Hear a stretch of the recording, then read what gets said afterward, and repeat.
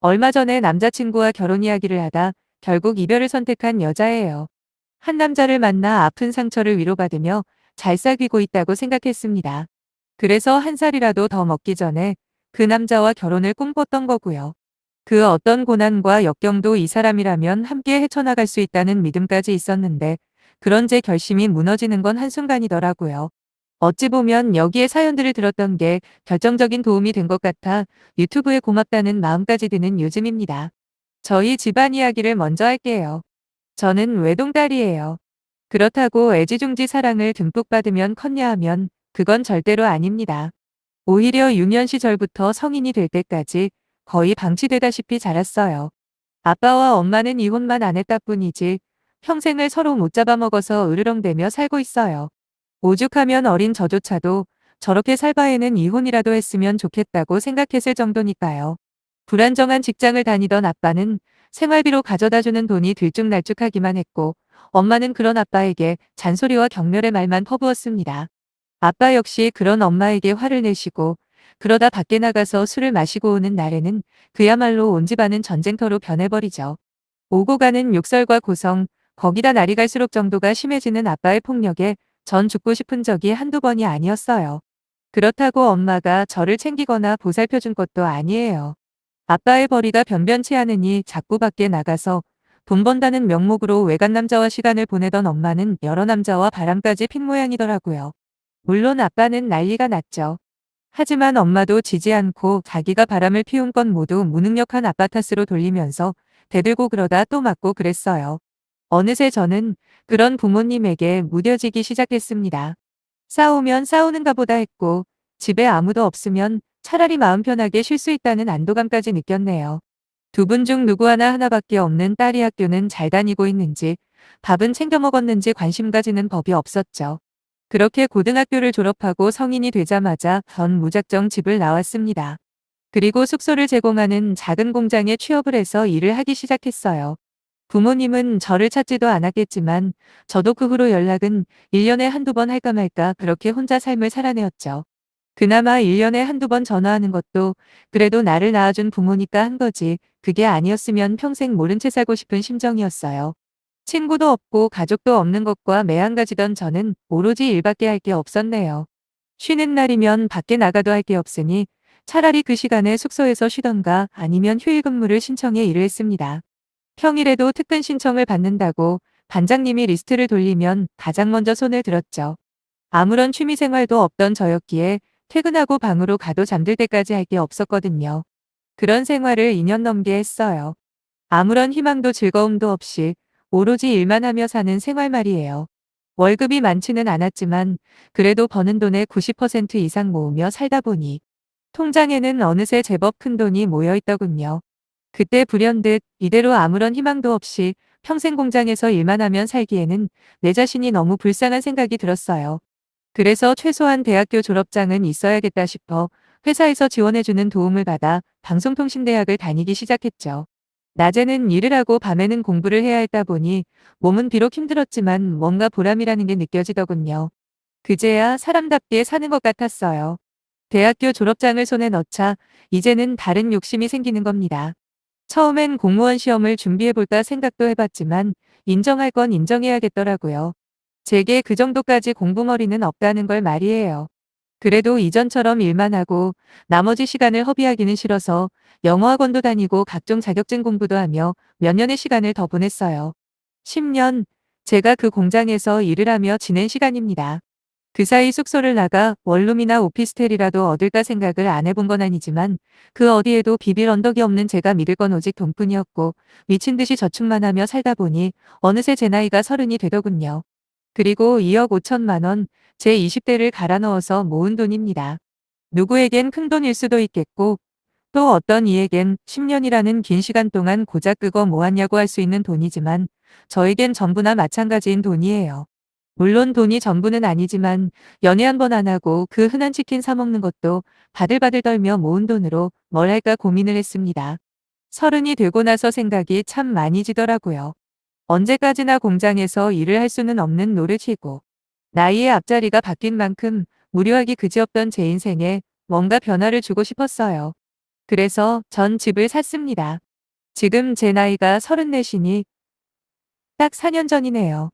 살고 있는 곳이 지방이기도 한데다 그때만 해도 부동산 가격이 지금처럼 폭등하기 바로 직전이라 은행에서 무주택자를 위한 대출 조금 포함해서 3억 5천짜리 34평 아파트를 구입했죠. 1년 살았어요. 근데 막상 혼자 살아보니 어색하고 불편하기만 하더라고요. 숙소 생활을 벗어난 자유로움은 딱 한 달 정도였고 오히려 외로움만 극심해지는 거예요. 그래서 집은 세주고 저는 다시 회사 숙소로 돌아갔네요. 그리고 다음에 방통대학교 졸업장이 큰 역할을 해서 저는 주임을 달았고 월급도 올라가면서 일도 한층 편해졌습니다. 하지만 제 아파트에서 살았던 1년이라는 기간 동안 그동안 모르고 살았던 외로움이 급속도로 찾아오는 겁니다. 딱히 남자를 만나고 싶다는 생각보다는 그저 내 옆에 가족 같은 사람이 그리웠던 것 같아요. 그러다 2년 전 헤어진 남자친구를 만났죠. 저희 팀 부장님이 계신데 그분 역시 저처럼 10년 넘게 이 회사에서 근무하고 계시다 보니 저와는 아주 많이 가까운 사이예요. 그런데 30 중반이 다 돼가도록 변변한 연애 한 번 못하고 있는 제가 불쌍하다며 소개해준 사람이 바로 전 남자친구입니다. 나이는 저와 동갑이고요. 서울에 있는 대학교를 졸업하고 평범한 직장 생활을 하고 있던 그 사람은 웃는 게 아주 예쁜 사람이었어요. 늦게 배운 도둑질이 무섭다고 하던가요? 그 사람도 제게 호감이 있었고 저 역시도 첫눈에 마음에 들었던지라 저희 둘은 곧 뜨겁게 사랑에 빠졌네요. 제가 약간 어두운 면이 많은데 반면 전 남자친구는 아주 밝고 함께 있으면 덩달아 기분이 좋아지는 묘한 매력이 있는 사람이었습니다. 늘 긍정적이고 자신감이 넘쳤죠. 그래서 제가 더 빠졌었는지도 모르겠네요.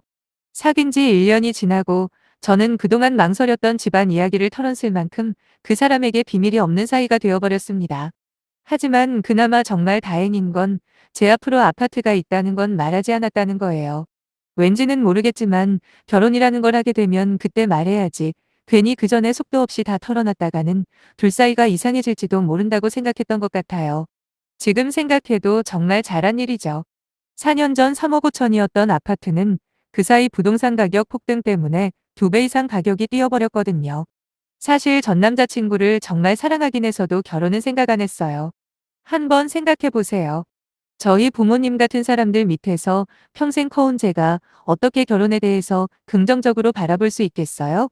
그래서 사랑은 사랑이고 결혼은 또 다른 문제라고 생각하고 그 부분에 대해서는 크게 염두에 두지 않고 사귀다 어느 날 그 사람이 결혼에 대해서 이야기를 먼저 꺼냈습니다. 저보고 결혼에 대해서 어떻게 생각하냐고요. 그게 아마 사귀기로 한지 거의 2년이 다 돼가던 그러니까 몇 달 전 이야기네요. 연애 기간 동안 전 남자친구에 대해서 나쁜 점은 거의 발견을 못했을 정도로 저와 잘 맞는 사람이라고 생각하고 있었어요. 그랬기 때문에 딱히 부정적이지도 그렇다고 긍정적이지도 않다는 애매모호한 대답을 했습니다. 제 가정사를 잘 알고 있던 전 남자친구는 언제까지나 연애만 하며 지낼 수는 없지 않냐고 저와 결혼하고 싶다며 청혼 아닌 청혼을 하는데 저도 모르게 두근두근거렸어요. 애서 외면하려 했지만 남친과 연애를 하면서도 이 세상에 혼자뿐이라는 외로움이 점점 커지고 있었거든요. 며칠만 생각할 시간을 달라 했어요. 그리고 결혼 승낙을 했더니 얼마나 좋아하던지 마치 아이처럼 행복해하는 전 남친을 보면서 이 사람이면 진짜 나의 가족이 되어줄 수 있겠다는 꿈 같은 상상을 했었네요. 당연히 결혼 이야기가 나오자마자 제일 급한 순서는 바로 남친 어머니를 만나 뵙고 저희의 결정을 말씀드리는 거였습니다. 사실 전 남친과 사귀는 동안 한 번도 만난 적 없었어요. 지나가는 말로 몇 번 얼굴 보고 싶다고 하셨다고 전 남친이 이야기를 해주긴 했지만 그때는 연애만 할 때라 굳이 찾아가 인사를 드려야겠다는 생각이 없어서 안 갔거든요. 물론 그 때문에 서운하실 수도 있다고는 생각해요. 그렇지만 단지 연애를 한다는 이유만으로 남자네 집에 인사하러 가는 것도 좀 이상하긴 하잖아요. 거기다 저는 부모님과 담쌓고 지내기 때문에 양쪽 다 안 가는 게 맞다고 생각했습니다. 지금도 그 생각이 틀리지 않았다고 보고 있고요. 아무튼 이제는 단순한 여자친구가 아니라 며느리가 될지도 모르는 입장이라 정성껏 꾸미고 신경 써서 선물도 준비해서 찾아갔어요.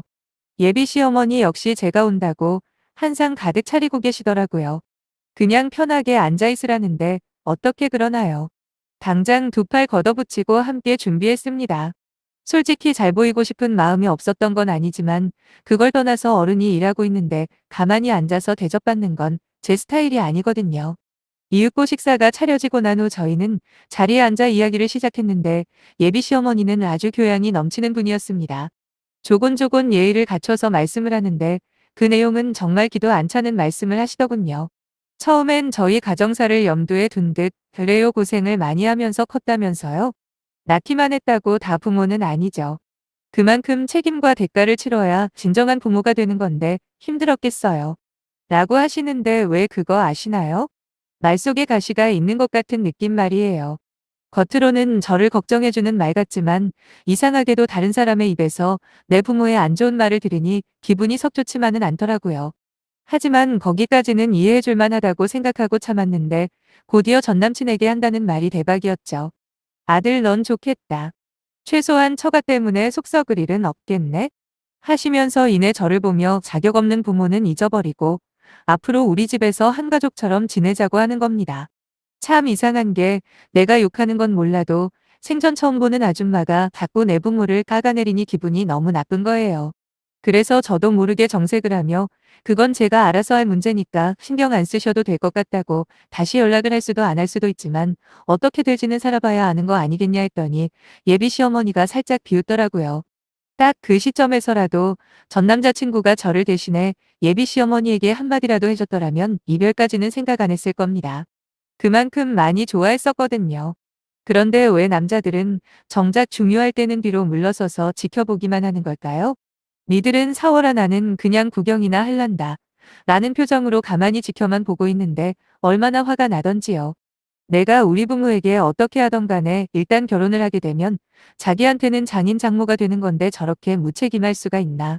아니 무책임을 넘어 마치 조금이라도 연관되기 싫다는 자세의 두모자를 보며 뭔가 크게 잘못돼 가고 있다는 생각이 들 무렵 예비 시어머니가 드디어 돈 이야기를 꺼내더군요. 둘 다 나이가 있으니 못해도 1년 안에는 꼭 결혼을 시키고 싶은데 돈은 좀 모아놨냐고 하길래 그 분위기에서 제 명의로 아파트가 있다는 이야기는 하기가 싫더라고요. 처음부터 분위기가 좋았으면 몰라도 예비 시어머니나 전남친하는 꼬락서니를 보자 하니 아직은 때가 아니다 싶었죠. 그래서 제 나이대에서 해가는 평균은 됩니다. 하고 대답을 했습니다. 그랬더니 두루뭉실하게 말하지 말고 정확한 액수를 불러보라는 거예요. 그래서 제가 그랬죠. 생각하시는 것보다 훨씬 많을 테니까 걱정 마시고 그럼 그쪽은 얼마를 준비할 수 있냐고 따져버렸습니다. 말하는 폰세가 이미 글러먹었다고 생각해서 반쯤 결혼은 포기한 상태였거든요. 그러자 지금까지 한마디도 안 하고 있던 전남친이 제게 목소리를 높이며 그게 무슨 말버릇이냐고 뭐라고 하는 거예요. 들은 척도 안 하고 다시 예비 시어머니를 똑바로 쳐다보며 재차 물어봤습니다. 어느 정도 해주실 거냐고요.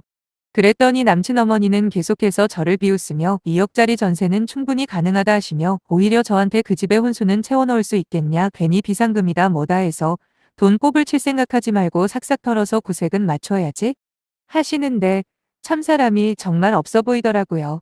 저와는 비교도 할 수 없을 만큼 다 가진 전남친이라고 생각했었습니다. 정상적인 부모님의 서울에서 나름 이름 있는 대학교를 졸업하고 뭐 하나 아쉬운 거 없이 자라온 전남친이 부러울 때가 참 많았는데 오히려 가진 게 많았던 건 저였네요. 저런 부모 밑에서 뭘 배웠겠어요? 그러니 자기 엄마와 와이프 될 사람이 이런 대화를 나누고 있는 와중에도 찍소리 못하고 눈치만 보고 있죠. 저는 일부러 과하게 웃으며 전세요? 아니 집도 좀 사신다고 들었는데 겨우 전세밖에 못 해주면서 저를 이때까지 그렇게 무시하신 거예요? 난 또 최소 10억짜리 집이나 사주고 이러시는 줄 알았네요. 혼수는 제가 아니라 그쪽 아드님이 해와야 할 판인데요. 라고 말을 했더니 이게 무슨 헛소리를 하냐라는 표정으로 쳐다보더군요. 그래서 저는 바로 제 아파트 등기부등본 사진 보여주며 현재 시세까지 말을 해줬습니다. 처음 듣는 아파트 소리에 전남친이 가장 먼저 한 행동은 제 폰을 가져가 주소를 검색해서 시세를 알아보는 거였고요. 참 등신이 따로 없다 싶었네요. 생각지도 않은 예비 며느리의 아파트 이야기를 듣자 뻘쭘해졌는지 한동안 아무 말도 못하던 예비 시어머니가 드디어 입을 열더군요. 젊은 나이에 대단하다고요. 그러면서 한다는 변명이라는 게 오늘이 자기 그날이라 많이 예민해진 것 같다며 사과 아닌 사과를 하는 거예요. 제가 그 입장이었더라도 쥐구멍에 숨고 싶을 만큼 창피했을 겁니다. 더 이상 시간 낭비하기 싫어서 이만 일어나 보겠다고 하고 나오는데 이 찌질한 전남친이 따라 나와서는 화풀 나고 진짜 자기 엄마 원래 그런 사람 아닌데 엄마 말대로 오늘 컨디션이 안 좋은 것 같으니 다음에 다시 오자고 헛소리를 하대요. 저는 그럴 일 없다고 우리 더는 만날 일 없을 거라며 이별 통보를 한 후 숙소로 돌아와 버렸죠. 그 후로 한 달을 회사로 찾아오고 난리도 아니었습니다. 불과 몇 시간 전만 해도 그 사람과의 결혼을 꿈꾸며 행복한 미래를 설계했던 게 마치 꿈 같았어요. 그런데 그날 이후 전 남친에 대한 모든 감정이 식어버리더라고요. 사실 예비 시어머니보다 전 남친이 훨씬 더 상종 못할 인간이라고 생각합니다. 최소한 평생 반려자가 될 각오가 되어 있는 사람이었다면 그날 그렇게 뒤에서 구경만 했으면 안 됐죠. 안 그런가요? 한 달을 꾸준하게 무시하고 연락 와도 생까버리니 결국엔 포기를 하더라고요. 지금은 다시 평온한 일상으로 돌아왔습니다. 아마도 이번 생에는 제게 결혼이라는 건 없나 봐요. 깔끔하게 포기하고 일하며 취미생활이라도 하나 만들어 바쁘게 지내려고 합니다. 아무것도 가진 게 없으니 돈이라도 열심히 모아야죠. 그래서 딱 50까지만 일하고 편하게 노후를 즐기는 게 제 꿈이거든요. 그럼 날씨가 많이 오락가락합니다. 감기 조심하시고 항상 행복한 일만 생기길 바라며 물러가 보겠습니다. 감사합니다.